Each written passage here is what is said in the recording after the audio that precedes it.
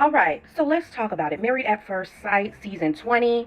I am at a loss for where to start, but since we've just had episode 18 drop, I'm going to start there because I like to reserve my thoughts for after everybody's masks come off because I just want us to unpack all those things. Okay, so if you're not familiar with me, I'm Gabby, the expert on here, and I'm not an expert at marriage or relationships. I'm an expert at a lot of other things, but I do enjoy a good reality TV series rooted around dating and marriage because I like to study y'all psychos or the psychos that be on the TV screen. Yeah. So I have a lot of thoughts. I want to really start with Mecca and Caitlyn.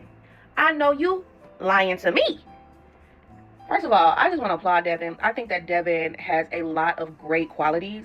And one of the things he's always been able to do is communicate so clearly what his boundaries are and hold you accountable for if you break or cross said boundary, which is a lesson that needs to be learned by a lot of men and women.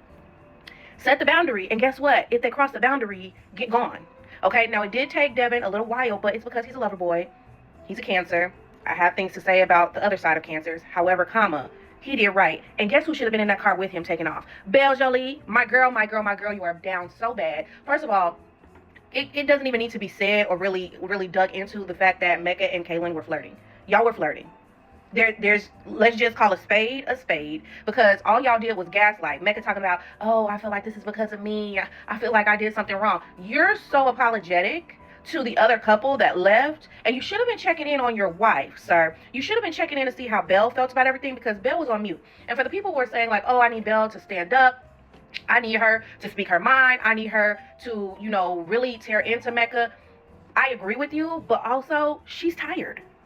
She has just been whiplash, mollywopped left and right with comments made by Mecca. She's trying to figure out her feelings. She's trying to figure out the commitment to this process.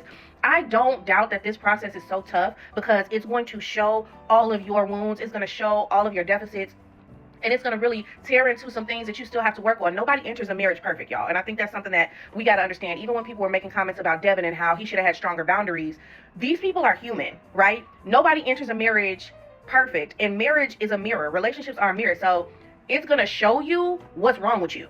Okay, you're going to have more light shed. Usually will come out of a relationship that's challenging you like this experiment. You should generally come out better, but it's going to be painful because the person they pair you with is oftentimes going to poke at some of the things that you have to get through. So yes, Devin, he's not perfect, but he was, in my opinion, he's the ideal partner. Communicative, direct, caring, and yes, he showed aggression to Caitlyn after she crossed his boundary for the umpteenth time in such a disrespectful way. And you gaslight me about flirting with another castmate when everybody saw it. So you're gonna gaslight me, then you're gonna try to tell me just the night before I wanted to sleep with you.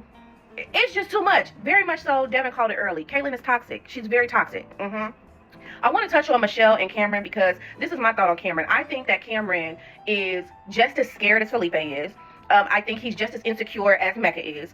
And he gets on them both really hard in a lot of the times when they're around the guys and in the group dinners because it taps into what he really feels. And he would never say those things out loud because he's so insecure. He's actually afraid that Michelle might leave him. I think that Felipe and Mecca really trigger something for Cam. Now, allegedly, this is all alleged. This is just my opinion.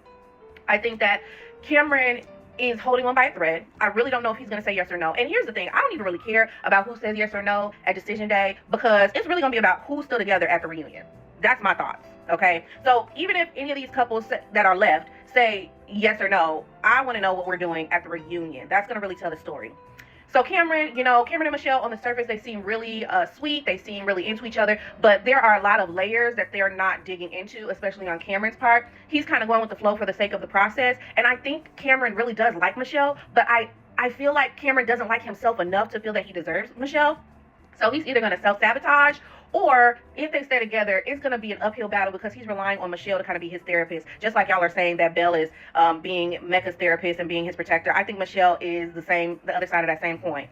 They both have pick-me tendencies. But I wouldn't even say pick-me because these are their husbands. These are their spouses. So it's different. You all aren't necessarily dating. You're invested. You're committed to this process. So you're trying to stick around, which is why I did not appreciate Michelle's assessment of Nikki and Sean and Mecca and Belle, alluding to them not having self-worth or self-value because you didn't say that when Marissa was mute, with Adam controlling everything and calling all the shots. You didn't say that to Tori when Felipe outright said I like sleeping with other women, and I don't really know if I love Tori. He was saying all type of outrageous stuff. But now when it comes to the melanated couples, you feel like people need to understand their self-worth, and they need to really put their self-value in the front. Girl, shut the up, okay? And mind your man, because you over there with Eeyore, and it's giving depression session, all right?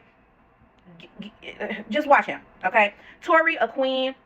She has offered a masterclass on emotional intelligence from a woman's standpoint. She has been so self-assured, so self-aware, and she is really peeping everything. And I'm not gonna lie, the one thing I would say Tori didn't do that I would have done if I were in her shoes, the minute my car went down and Felipe did not raise a pinky or a thumb to even pop the hood, to make a call the Uber, call the tow truck, baby, Felipe was over there in the passenger seat like the princess, and Tori was stressed out about the car. That is a pet peeve of mine. Make yourself useful. If I have to behave the same way that I behave as a single woman when you're with me, it's a chop. So, and Tori called it out a few episodes ago when she said, oh, Felipe is a child. His parents seem like they've given him everything and done everything, so I don't really know what he's done on his own. Clocked it. Absolutely. He is a child. Arrested development. He has no idea what he's doing. Even when you're holding him emotionally accountable, Tori, he doesn't know how to hold space. He's not developed that part of his intellect and his brain yet. So you're going to have to call it, sister. You're just going to have to call it. Adam, I want to go back to the part where Sean came at him. I do think that the way Sean came at him was not really constructive, but I understood what Sean was saying. Use your words to really demonstrate what you're feeling, because the emotional intelligence is lacking. You can't even describe to us what you're really feeling. Everything is surface level. That's what Sean was saying. Caitlyn, hate her. Courtney, hate her. They're both manipulative narcissists who run to victimhood. They're ice queens, and they're both highly unlovable in this current emotional state that we're seeing them in. They are unlovable because even when love shows up, they reject it, they scrutinize it, they criticize it. Unlovable. They need to fix those wounds. Sean, a piece of work. Nikki, a piece of work. But I think they're the correct types of work to challenge each other to either stay together and do well, or go into their next relationships with a little more mindfulness of how to maneuver conflict and how to navigate challenges. I think that they're going to leave here with some of the best tools because they are a more mature couple and they need that. They've probably not really been in serious relationships for long periods of time. And so I think they needed this for sure. Nick, feel so sorry for him. Glad he called it. Am I missing anyone? Devin? Nope, I got everybody. I'll come back to elaborate a little bit more on a few thoughts that I have, but this video is about to end. What do y'all think? Talk in the comments.